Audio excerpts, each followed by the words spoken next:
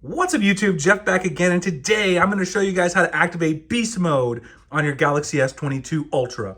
And when I say beast mode, I really mean improving the performance, improving the smoothness, the day-to-day operation, and also the efficiency, aka the battery life of your device. So if you're new to Samsung, you're new to Android, or you're just someone who wants to improve the performance of your brand new Galaxy S22 Ultra, let's go through these tips and let's not waste any time and get started right away. My very first tip is to remove animations at the Samsung level by going into accessibility settings, going to visibility enhancements, scrolling down to where it says remove animations, and then toggle that on. Now this is very useful if you're sensitive to animation or screen movement, but in addition to that, it's also incredibly useful if you just happen to have a situation where you want to move around the UI faster and you don't want some of those animations kind of bogging you down. So this can be combined with another animation reducing trick that's actually at the Android level. And to do that, you've got to go down in your settings. So let's go back to the settings menu. You're going to go into About Phone. Once you go into About Phone, once you're into the software information menu, you can scroll down to where it says build number. So it's right here in the middle. Tap on that repeatedly until it says you're now a developer, unlock your device, and then it's going to tell you that you've turned on developer mode. And now you have developer options turned on, which you'll see at the very bottom of the settings menu. So then when you go into developer options, you can scroll down a little bit. You want to go a little slow so that you don't miss it. What you're going to see is reduce animation scales. And there's a couple of different options. You can see it right here, window animation scale, transition animation scale, animator duration scale. You want to make sure these are all toggled to animation off if you want to have the snappiest experience. Now, the Samsung version, sometimes, depending on the Samsung phone, it appears in this case that that's the default to turn those off because we already turned it off in the Samsung menu. But on some other Samsung phones, if you're doing this, sometimes it won't be turned off in developer options. You want to double check that. Now, if you want to keep some of the animations around, you can also change it to say 0.5. 1 would be kind of slow. That'll make it seem like, regular sort of moving around the UI.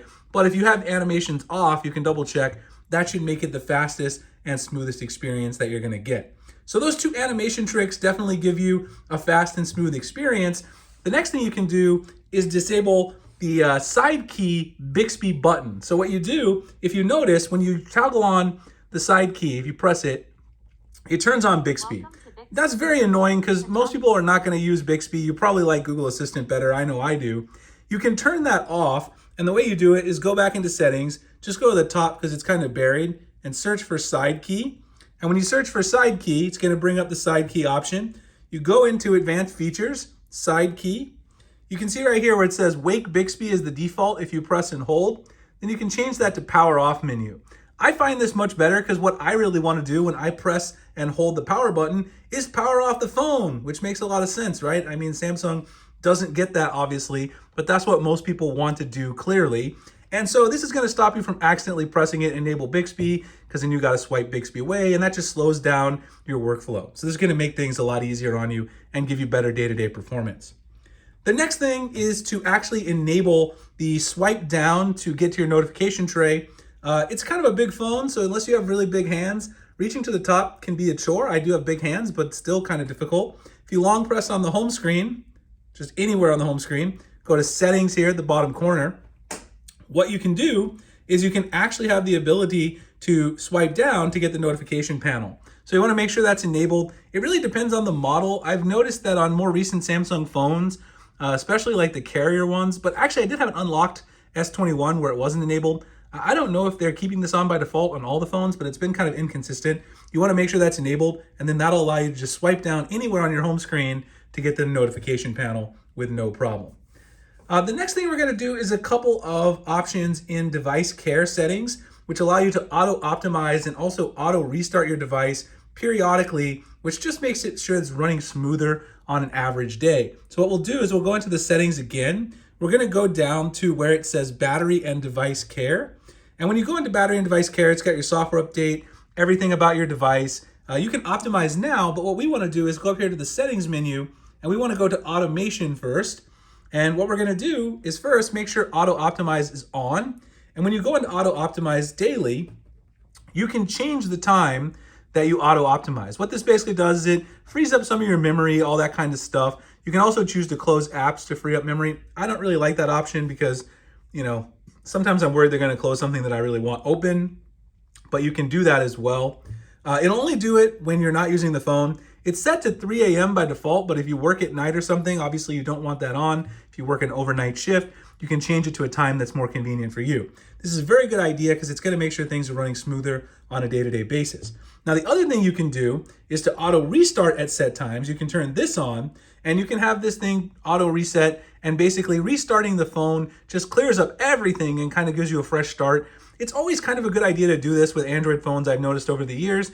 And if you do it overnight again, like at 3 a.m. or something, time when you're not really using the phone, I'm not using mine at 3 a.m., it's not a big deal because it's not going to stop you from using your Galaxy S22 Ultra, and it's going to make sure that you've got a really fresh device on a day-to-day basis. So those are two things that you can do within the device care menu. You can also turn on adaptive power saving. I'm not a huge fan of this because sometimes it delays your notifications from coming in real time, particularly my emails and social media. So I would probably leave that off. That's my personal opinion on that. But again, that's something you can do if you want to save extra battery life. Okay, so the next tip is going to be up here. So if you go into the shortcut, there's actually a lot of different power modes that Samsung has. It's actually right here. If you long press on the power saving, you'll notice here that once again, there's all these different options within the power saving menu that I just showed you. And the background network usage and all that stuff, you can kind of toggle these individually to limit CPU speed, all that kind of stuff, to save some battery life. So if there's some things that you want on and some things you want off, you can take extra control here, which will allow you to save some battery life, but also still get notifications in real time.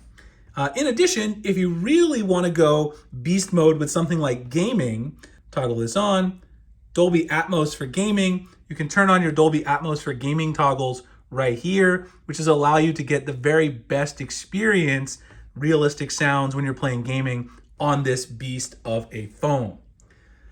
My final tip, which is one that really depends on what your goals are with your Galaxy S22 Ultra. I actually turned on the flashlight there. And that is to check your display settings. So the display settings, of course, are going to impact battery life quite a bit. You've got the high refresh rate on here, so you want to turn in, if you want to do adaptive, which goes up to 120 hertz, or standard. Standard obviously would save you some battery life. And then the other thing, your phone comes out of the box with FHD+, which is not the maximum resolution that your phone is capable of outputting. So you want to decide if you want to have better battery life, in which case you can keep the FHD+ on, or if you want to have better overall visuals and you just want to get the maximum out of your device.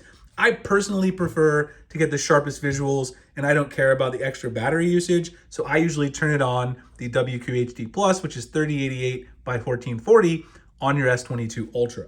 So that again is a battery life decision. Do you want better looking display, less battery, or vice versa?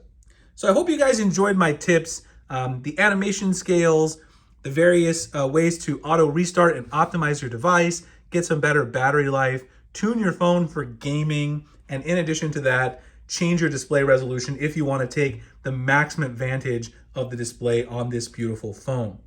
If you guys did enjoy, please give me a thumbs up, like, comment, subscribe, hit that notification icon. I've got a whole lot more Galaxy S22 Ultra content coming up and a bunch of content I've already done. Let me know if there's something you guys want to see. We're also doing a huge giveaway. This ends on February 28th, but there's still a few days left as I'm making the video. We're giving away an S22 Ultra. I'll drop the link below in the description. I appreciate you guys watching this one, and I'll see you in the next one. Thanks a lot for watching.